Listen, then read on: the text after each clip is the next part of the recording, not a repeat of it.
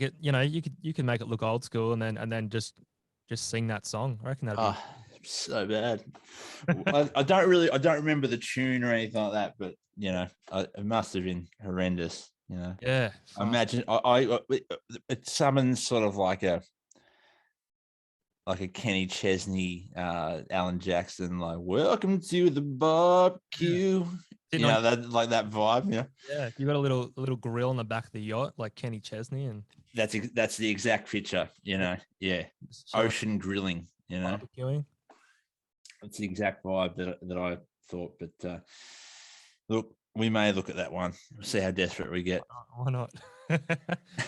All right, so we'll go into something a little bit more serious. So obviously, COVID has, fucked it for everyone when it comes to working as an artist. For you guys as artists, how has it, like? Obviously, I know it's been bad, sort of thing, but sort of tell us how you've been sort of, I guess, trying to stay positive and keep moving forward and keep the dream alive. Yeah, basically just trying to keep the dream alive. I just got to be honest, mate. I really am finding it pretty hard to keep positive about it. Last year was okay because it was like, keep your tickets, hang in there. Next year we're going to be back and doing it. And then we were for that little bit. Gigs started to come back, got on the road for a bit, and honestly, those gigs then were ones that probably I enjoyed almost the most out of any that we've ever done. Just so good to be back out there doing it, and I'm still dumbfounded. We're back here. We've cancelled like 12 shows like in the last couple of months, probably more. Postponed, and the whole time I found it a hard thing to explain to followers and fans. Yeah, because understandably. everyone's got this idea that, okay, a band's successful, you must be living in a mansion, getting around in a limousine, and having big parties with strippers and doing cocaine and stuff like that. Yeah. That was probably true in 1985 for Motley Crue. The reality in this day and age, unless you are like the biggest of the big, it's basically we're all small businesses, and but at the same time, you've got to, it's kind of expected, and you want to maintain an everything's great kind of picture. So it's kind of hard, hard, and it's so many logistical things to the COVID thing. Like we say, look, we can't do this gig because of COVID. Yeah. That's kind of the announcement we go out with, for say, and then people are like, well, he's doing this gig here, and why can't you come here? It's like, okay, because we didn't want to have to explain that. Okay, we've got a drummer in Melbourne. That state won't let him in. If we go there, we can't come back into our own state. This person can't do this. And then I guess it becomes quarantine for you guys. You got to quarantine. It's like, well, there goes our profits. Now we're spending money on, $3.5 grand each to quarantine for 14 days. And it's like, well, yeah, it's, I can definitely see it getting down. And so how do you use, like, what are your coping mechanisms to be able to get through like this sort of adversity? Well, I mean, it's certainly been, the just to be real with you, the probably the worst time mentally for me that I've experienced.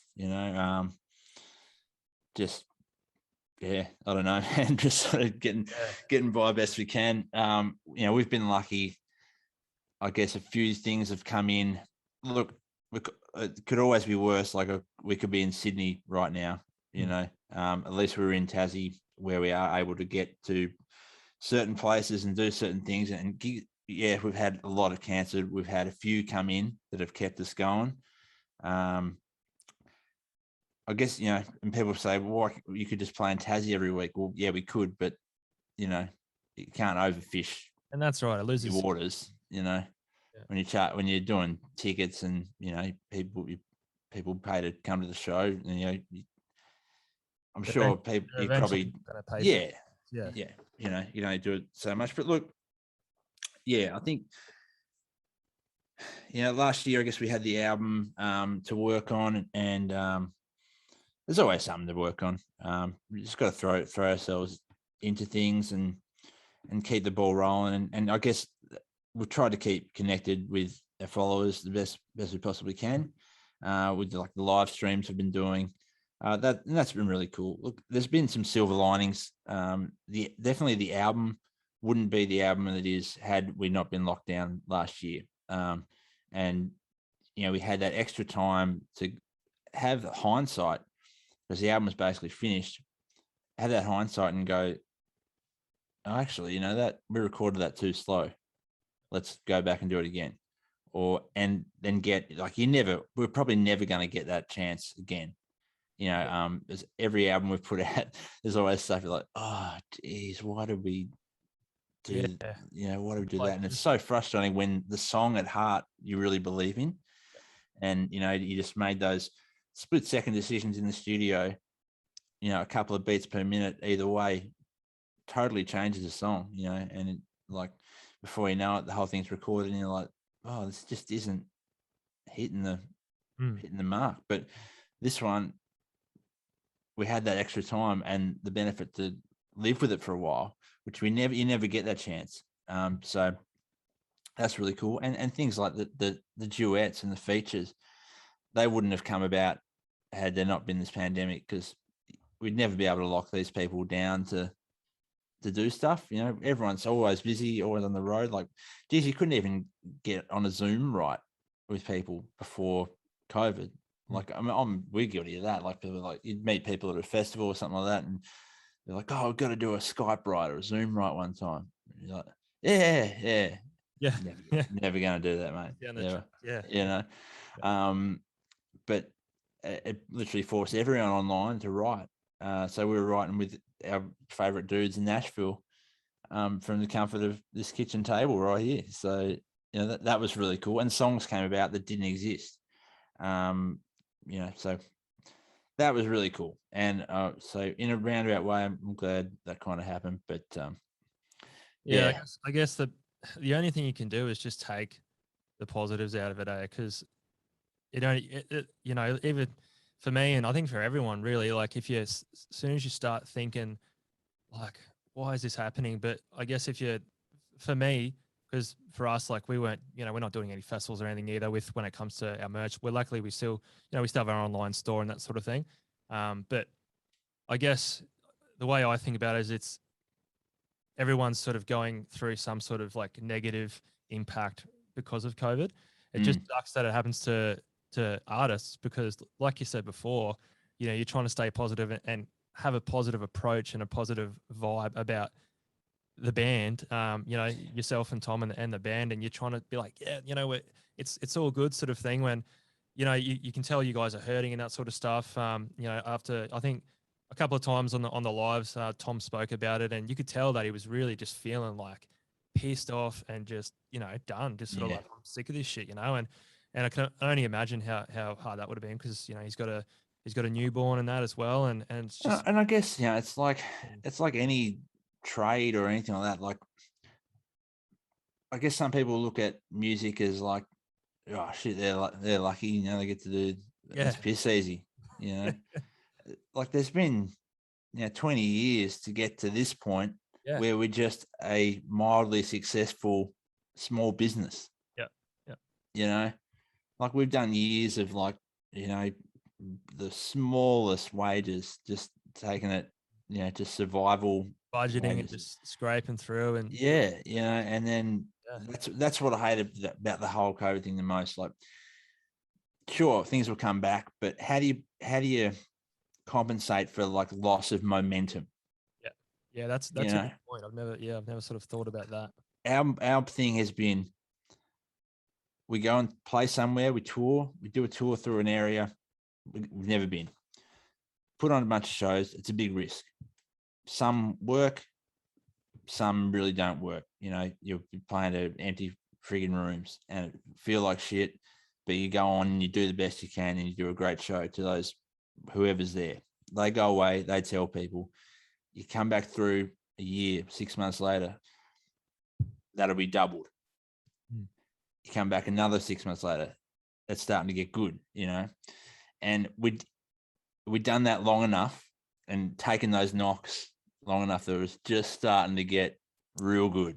Yeah. And I feel like the wave was about to, you know, and that's smash, I guess that's probably why people sort of just assume, because they're like, oh, look at these guys, like I've seen them everywhere lately, they're doing really well, they're at this festival, at that festival, and you know, got this music video out and got this album out, and you know, and I guess, yeah, I suppose that's where they sort of see it, and then they don't really like sort of think too much more into it, you know, when it gets, hey, what are they doing now, sort of thing. Yeah. And like I said before, you know, as I was alluding to, like people think they look to musicians for positivity and optimism when it comes to their mood. So for me, like whatever I'm listening to is based on the mood that I'm in. So if I'm on the way to gym, I've got some like metal or hip hop or something like that on the speakers or in my headphones. And then if it's like a Saturday or Sunday drive, I've got some country playing. Or if I listen to music to go to sleep every night. And a lot of the time, like I listen to stuff like Hans Zimmer and that sort of stuff because it just relaxes me, sort of thing. And just sort of calms me down. I can have a good sleep. But it's I guess, yeah, people take for granted how good music is, you know, like I really sort of feel for musicians. And just think about how much music you hear over the course of a day. Yeah. You know, through ads, through anywhere, you know, through movie scores, like in it, like a TV, you know, it makes such a difference to shows. It makes you feel something. I mean, that's why it's there, you know. Yeah, it can literally take music away from some of the most famous scenes, like that'd be dog shit. Yeah. You know? And I don't know. I guess it's like we've worked for so long to get to this point, and now for the first time, you know, I'm honestly thinking every day, Jesus, like, what happens if this doesn't like go away? Like, I don't have any other skills. Like, I don't know what I honestly don't know what I'm going to do. Like I was saying to my wife, you have to help me write a resume. I don't know what we can put on it, but you know, I don't know what I'd do, but hopefully it doesn't come to that. Yeah, man. Well, let's hope not. I think at the moment I'm sort of, I'm trying to think optimistically that at the end of the day, you can't really trust the media, but if it goes the way that they say it's going to go, and you know, like they get enough vaccines and that sort of stuff throughout Australia and the world, then hopefully we can just learn to live with it, and then just, you know, continue to move forward with the virus, and you know, still there, but it may just make it a little bit easier. I don't think it's definitely never going to go back to how easy it was just to get around and do this or that, or go on a holiday here, or go, you know, for you guys, go play a show here and go record in Nashville. But I guess I'm optimistic to think that it'll sort of go halfway back, you know, and we'll sort of be able to just go back to doing some nice things in different places. I think it's going to be I'm looking forward to that time when it's like, it's here now. We have to live with this now stage, you know, and that's obviously what it's going to be. But it's going to be very weird in like a state like Tassie. Yeah. Because we literally haven't really had it. There's no cases here. We had like, you know, 20 or something at the start, and they got it under control, and it's not here. So I mean, you check in, you sanitize, you do all that stuff, but so you got all that really it's pretty well normal life down here right now. And I just, to the point, it's almost too good. And I think, you know, I'm looking on, you know, on some tourism Facebook groups and stuff like that, and you know, you see people comment, "Oh, I'm thinking of coming to Tassie in October. Do you think will be open by then?" Yeah, you're like, and the comments are like, "Don't you bloody come down here? You know, we don't want you, Phil." So like, there's kind of that mentality. It's like, man, what happens when it's like 80% vaccine? And are they going to open it up? Like,